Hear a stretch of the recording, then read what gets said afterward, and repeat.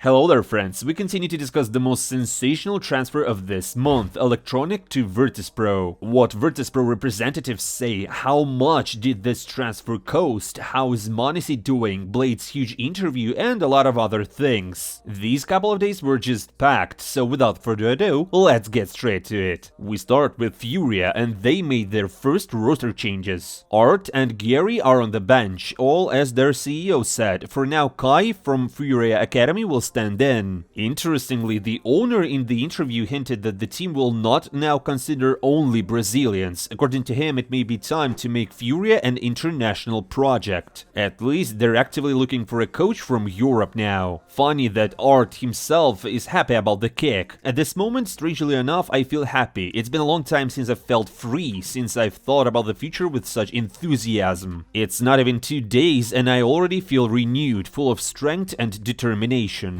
My bros, this sounds really bad, right? And he also revealed on the stream that Furia actually has the toughest possible conditions for players. Here are some of their rules. No girlfriends at boot camps or tournaments, no alcohol or other nasty stuff, not even tobacco or nicotine. Yeah, I mean, Perfecto would have ran away from Furia in an instant after hearing those points. And also you can see your close ones only when you're on holiday. For example, Art hadn't seen his mother in a whole year, and when his wife broke her arm and he rushed to the hospital to see her, they almost kicked him from the team. Like, that's Spartan discipline. But as we can see, it's not really bringing much success so far. Maybe that's the point. As for me, personally, that's too strict. By the way, another sudden news from Brazil. Pain's Biguzera, a Brazilian from the Brazilian team, I remind you, came to Rio and eventually in an hour he was robbed. They took his jewelry and left a mark on his neck. Wild stuff. Now let's get to another region. There's been some reshuffles in fours. They disbanded their roster after Gokushima was banned, and they tried something out, but it didn't really work. Still, they continue to play on small tournaments with stand-ins. They have a slot on the ESL Pro League, and the team will go there with Nickelback, who recently left M0NESY, and also, suddenly, Smooya. I mean, how Owen Butterfield ended there, like it's just a mystery of the century. The funniest thing is that it was leaked by Overdrive a week ago or something, but Smooya himself denied that. He said that Overdrive was out of his mind and taking some pills or whatever. In the end, as we can see, it all came true. Overdrive naturally couldn't help but remind Smooya of this, to which player replied, "You have a big head, use it for something really productive. Twitter drama out of nowhere, if only anyone cared." Well, yeah, some people cared. The Ukrainian CS community just unleashed a tsunami of hate on Smooya, like he now represents a team that is directly connected to the government and is sponsoring the war. Smooya didn't reply for a long time, but apparently there was so much hate that he just had to write something, and he wrote this: "I don't represent Force, I don't wear their t-shirt, I don't support the war. I just want to show my skill to get a team in the future, that's all." Well, my friends, Smooya and Force, that's something extraordinary at least. I guess we'll see what happens. But of course, we're all here today for two things. First, the details about Electronic and Virtus.pro, and second is who is coming to CLOUD9. Let's break it down in order. Firstly, this is how Perfecto and Virtus.pro players reacted to Electronic's transfer.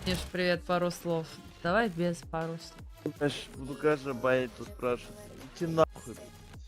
Дайте новости, вам никто секреты не расскажет. Съебитесь нахуй. Ебали. Потому что Electronic один из лучших игроков на своей роли в СНГ. Появилась такая возможность, которую нельзя было упустить. Потому что самый опытный, титулованный и подходящий по ролям игрок. У него был не прям хороший период в CLOUD9, последние несколько турниров, но в целом он всегда индивидуально показывался в хорошей форме, выделялся, и надо немножко потренироваться просто вместе, команда. Ну, далеко от своего пика еще, и если мы все приложим правильное усилие, то будет и его форма на топовом уровне, и наша. Мы еще не начинали играть в раке. Я думал, он в своей средней форме. Ну что, ребята, наверное, так же, как и вы, я тоже в шоке, что Electronic перешел в ВП, и ВП сейчас стали намного сильнее, потому что ВП тот игрок, который создает пространство, и он может действовать свободно. Если Джейм даст ему свободу действий, то они будут очень-очень серьезными, потому что в ВП в основном игроки, которые играют структурно по стратегиям, и им как раз не хватало человека, который бы вносил какой-то хаос. Вот. Ну, посмотрим. Интересно, что будет с Cloud9. Надо, может, написать, поинтересоваться, что там они там, кого будут брать. Может, залететь мне как снайпер. By the way, Adren in Cloud9, that would be one hell of a comeback. The Kazakh duo back together and a sniper is no longer needed. Салам. Ну чё, как ты авик тут тренируешь, я надеюсь? Мы следим за тобой, давай. Okay, jokes are jokes, but what about M0NESY? G2 won't let him go anywhere, but if Ilya asks for a transfer, everything is possible. But the young one is not going anywhere, at least for now. Ты куда-то уходишь? Никуда я не ухожу.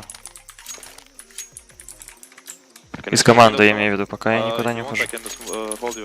In any case, M0NESY isn't going anywhere until the end of the season, so we are unlikely to see his transfer before July, if at all, because when two top players in a row leave Cloud9 in a very short period of time, it means there are reasons, and maybe even problems. And as many believe, it's about the organization and the team management. According to Overdrive, Cloud9 may disband the whole squad altogether. What sniper to take now? Most likely there will be a period of tests. Take Dexter, call him to play in some tournaments, try it out. But in general, everything depends on the coaching staff and management. So far, from the business point of view, they're doing well. Cloud9 is recovering from transfer spendings, but in terms of game results, Cloud9 is probably the biggest failure in CS of the last year. At this level, they can't build anything or win anything high profile. They lose key players, and with such dim prospects, it's just bad. What should I advise? I don't know. Now, Perfecto, Boomich, Exile will want to leave, and the team will simply fall apart, because there is no sense of stability and good future. Maybe call a coach to have two coaches building the game, I don't know. To me, Cloud9 looks like a failure this year, and I don't know what will save them. Signing some good sniper isn't gonna save them as well. They need a general change, build this structure differently. And for example, Adren, once again, is also of a similar opinion. I don't see the point of M0NESY moving to Cloud9 now. The departure of Electronic should be a key factor for Ilya to think, should I move there at all? Yeah, that sounds logical. Maybe if you change something drastically and build a new team, then it makes sense. Otherwise, it's a huge no for M0NESY. My friends, what do you think he should do? Like, wait and stay in G2, or try Cloud9, or even maybe go somewhere else? I don't know, for example, Team Liquid? You know, at the moment, looking at G2, you see HooXi as a captain, and he's doing pretty well, to be honest. He was able to find a common language with Nico, a great star of CS, and he also helped M0NESY to shine. And in general, listening to their team speaks, you can see that he's a pretty decent captain, to be honest. He understands the game and all that, and he can read opponents well. He also maintains morale in the team. Of course, he shoots badly, and he isn't that great with most game mechanics, although all captains are like that in top teams. His job is basically to call, to say what the coach says, and the rest will be done by M0NESY and his teammates. There is logic in this, of course. With each passing day, M0NESY to Cloud9 seems less and less realistic, at least at the moment. According to Overdrive, once again, we won't see a new sniper in Cloud9 in the near future. Don't expect any quick substitutions at Cloud9, all we can get is a stand-in for the next tournament. And, by the way, the first rumors have surfaced. Alpha has been spotted practicing with Cloud9. He was in their academy when it existed, then in Team Spirit Academy, and then was briefly in Sprout. There's just one problem. He's a captain and a rifler, like more of a direct replacement for Electronic rather than a new sniper. No more names yet, but I think there will be more soon. By the way, Electronic's transfer cost a very tidy sum, according to Overdrive, $1,500,000. So basically, it turns out that Cloud9 profited. They bought Electronic and Perfecto for $2 million,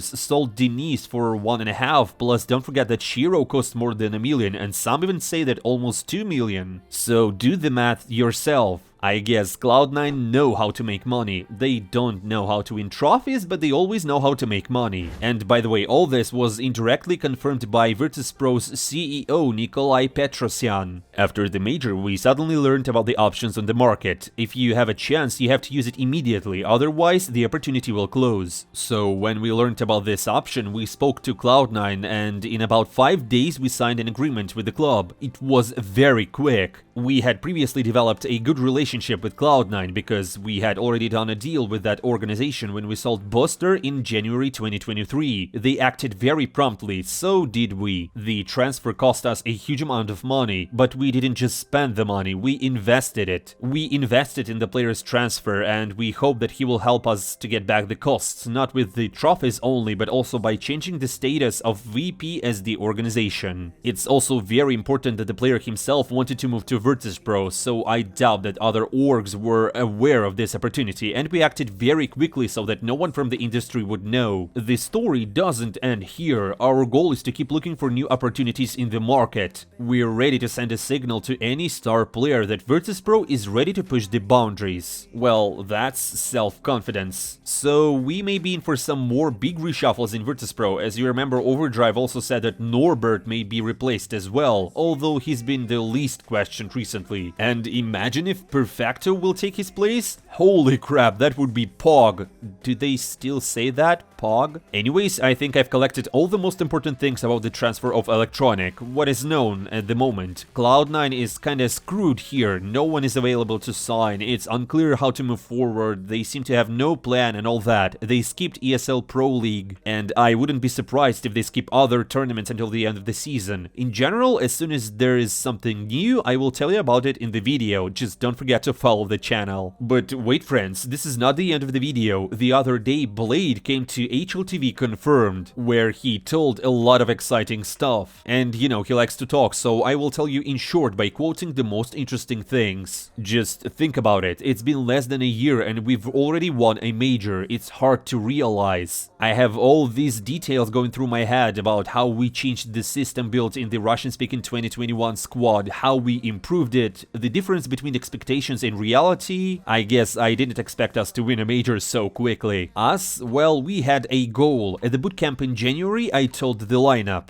guys, let's build some structure in these 3 months to come to the majors and show that we can win, that we have a chance. I think JL surprised me the most. He made a lot of mistakes in the bootcamp. We realized that he wasn't the most experienced player on the team, and his mentality helps him a lot. He can just energize at any moment. He's a really cool dude, except he goes a little overboard with playing on camera. He can be focused, and then on camera he's like, hey guys, it's me, hello. I think he learned an important lesson at the major. For me, the main factor why I picked Elec is his NIP days. I really like the dynamics of his play, but we didn't understand why he was getting kicked off all the teams. It was a red flag for us. But in the end, I just told him to follow the system as closely as possible, and he would just only get kicked if he was too stubborn. As for Ime, I'm satisfied with his performance because we won. He can play better and he knows it himself, but I wouldn't compare his rating in Gamer Legion and in Navi because our game is more difficult, it's much harder for him. What can I say about Electronic's transfer? It's an upgrade. He's one of the best players in the world and much better than Mir. It's hard to say where he would have been better. And I also don't respect the fact that he changed his flag back. A lot of people say it doesn't really mean anything, but for me it does. If you play with the Russian flag, well, Russia is destroying my country. People can be scared to express their opinions, but at least you can stop popularizing the Russian flag and country. To me, that is unacceptable. And the fact that he's going to an organization that is closely linked to the Russian government, even if their CEO is from Armenia, VP is still in Russia. Anyway, Electronic has all the potential to be a great captain. With him, we destroyed Vitality in the finals. He and James should find a good connection. Who would I call the best in CS2? Everyone says Donk is incredibly gifted mechanically, but he has no experience, he just feels the game. M0NESY and Donk are playing the best right now, they just have different roles. I would say M0NESY is on another level. And lastly, what about s1MPLE? His future is a mystery. People want him in the team, but they don't know what kind of shape he's in. He needs to play all the time, he needs to have confidence in him. Understandably, it's simple, he doesn't need to be tested and so on. But if you're planning to put a squad together at the height of the season, you need to build a team around s1MPLE. He needs to get in shape. We need to look at who he sees himself as in Counter-Strike, what role he wants to play and who he wants to become, a lot of factors. Simple has two options: either another team and organization builds a roster around him, or he just goes back to Navi. And that's basically it. A few surprises right off the bat from Uncle Blade. First, the other day he said that M0NESY needs to learn to hit 9 out of 10, and now he calls him the best in the world. Okay, that's progress. And I'm surprised about Simple too. I mean, Blade himself says that there's a chance that Sasha can return to Navi, although it's super weird to make replacements when you've just won a major. But, well, at the same time, VP and Vitality did it, so maybe? And at the end, some fun stuff. As you know, right now the qualifiers for the great and terrible Esports World Cup 2024 in Saudi Arabia are underway. People already named the prize pool, with CS2 having $1 million for main event, while Dota has 2 events, each one for 5 millions. Like, what the hell? I mean, really? But anyways, that's not what's so funny. To get there, some teams will have to play open qualifiers, and it's a real meat grinder. So, for example, Heroic, ANS, BIG, and wait for it, Falcons didn't pass their opponents. Meanwhile, Gamer Legion, Ninjas in Pyjamas, Apex, and Fnatic have done well and continue to fight. There is only one open qualifier for the Arabian tournament, from which only 2 teams will pass to the closed qualifiers, where Cloud9 and Eternal Fire are already waiting. And then there's more sweet stuff at the end. Neymar, well, you know who he is, a Brazilian football star, has something nasty on his Instagram. It's a video where he's asking to fix issues because his shot that he landed accurately didn't count. Well, CSGO devs, do you read it? Anyways guys, thank you for watching. Don't forget to hit that like button, subscribe to the channel and comment with whatever you like below. I'm not saying goodbye for a long time. See you soon.